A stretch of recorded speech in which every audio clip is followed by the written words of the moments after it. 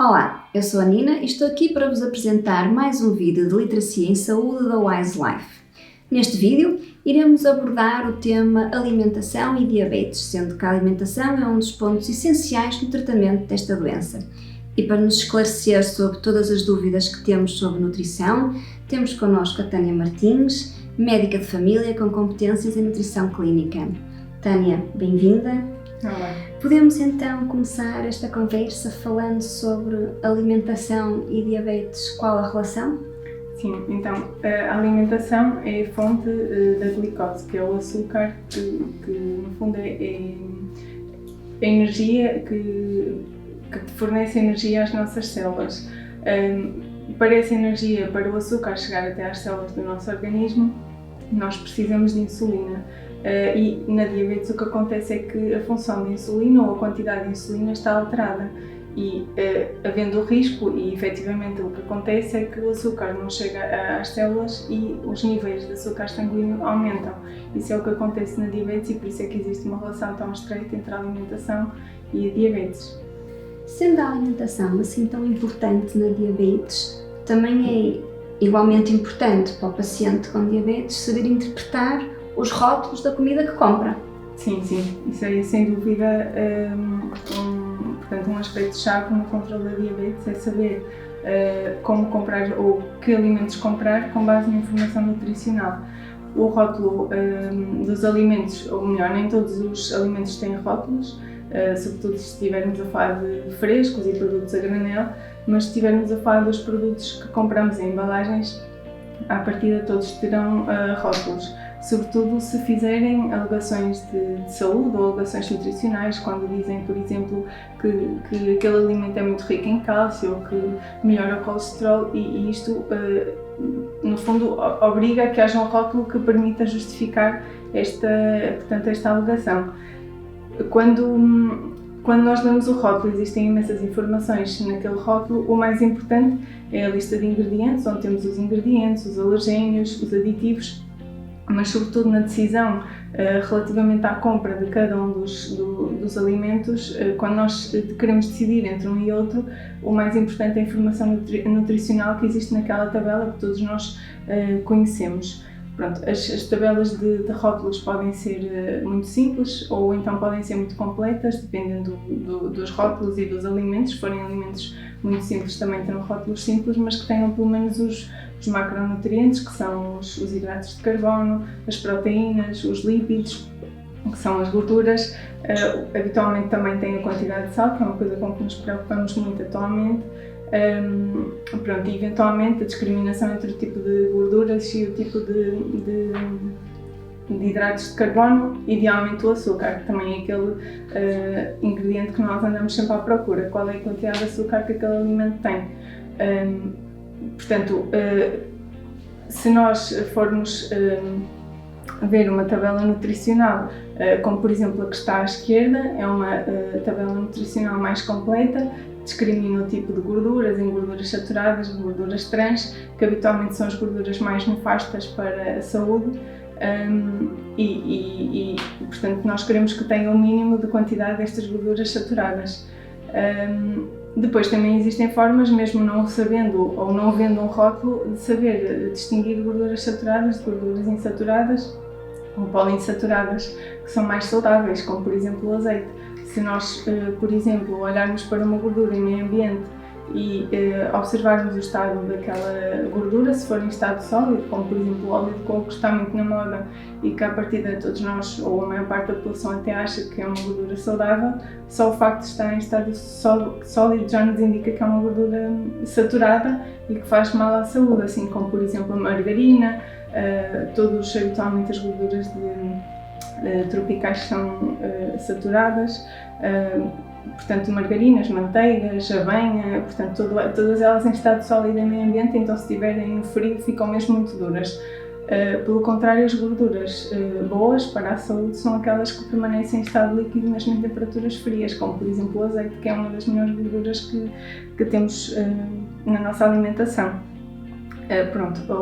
Outro aspecto a ter em conta no rótulo é a quantidade de açúcar. Como eu já mencionei, a quantidade de açúcar ou melhor, o açúcar é um tipo de hidrato de carbono, mas é um açúcar simples, de absorção rápida e que provoca aumentos muito súbitos de açúcar no sangue, e nós não queremos isso, sobretudo num doente diabético.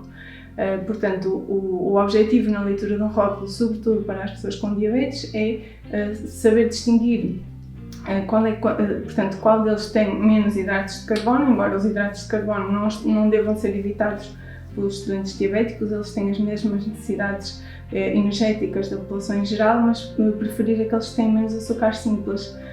E por isso ler o rótulo é muito importante. Por outro lado, nas gorduras, saber distinguir as gorduras trans das gorduras saturadas e saber ver nos rótulos quais é que têm mais, para poder escolher entre aquele que tem mais ou menos gorduras saturadas.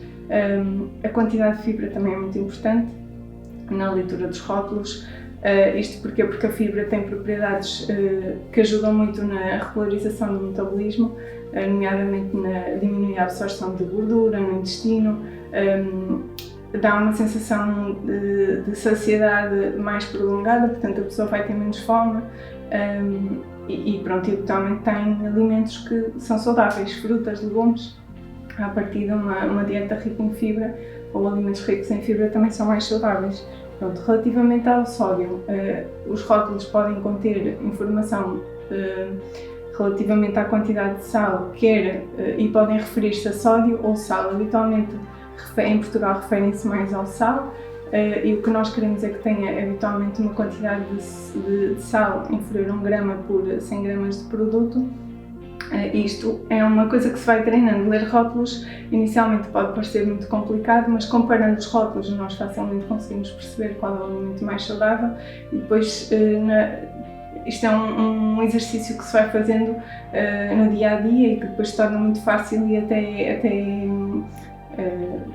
acaba por ser interessante nós percebermos que algumas coisas que achávamos saudáveis e que inclusivamente têm alegações de saúde que nos parecem ótimas, que afinal não são alimentos assim tão saudáveis. Na tabela da direita podemos observar uma informação muito mais simplificada, vemos o valor energético, tal como vimos no anterior, portanto na tabela da esquerda, onde são contabilizados a quantidade de hidratos de carbono, de proteínas, das gorduras, da fibra alimentar e do sódio também, ou do sal, dependendo do rótulo. Uma coisa muito importante relativamente à leitura de rótulos é que a informação habitualmente é sempre dada a informação é dada por 100 gramas de produto. Isto é importante precisamente para nós conseguirmos comparar os alimentos. Não faz sentido comparar porções, porque uma porção de cereais pode ser diferente de uma porção de bolachas. Portanto, faz todo sentido que todos os rótulos tenham informação relativamente a 100 gramas de produto quando estamos a falar de sólidos ou 100 ml de bebidas. Alguns rótulos têm também informação relativamente ao produto ou à porção. Nos cereais nós vemos frequentemente por porção, porque é aquilo que habitualmente se deve consumir quando se consome cereais. Nas bolachas diz por bolacha, e isto faz sentido também para termos noção de qual é a informação relativamente àquela bolacha, mas quando comparamos produtos é sempre comparar por 100 gramas. Que é um erro frequente, às vezes a porção pode ser tão pequenina que dá a ideia de que aquele alimento é saudável, tem pouco açúcar, tem pouca gordura, mas na verdade aquela porção é que é muito pequena e se compararmos a 100 gramas de produto já não é assim um alimento tão bom. Para além destas tabelas que já referiste, existem outras ferramentas que ajudem os pacientes a interpretar os rótulos quando vão às compras?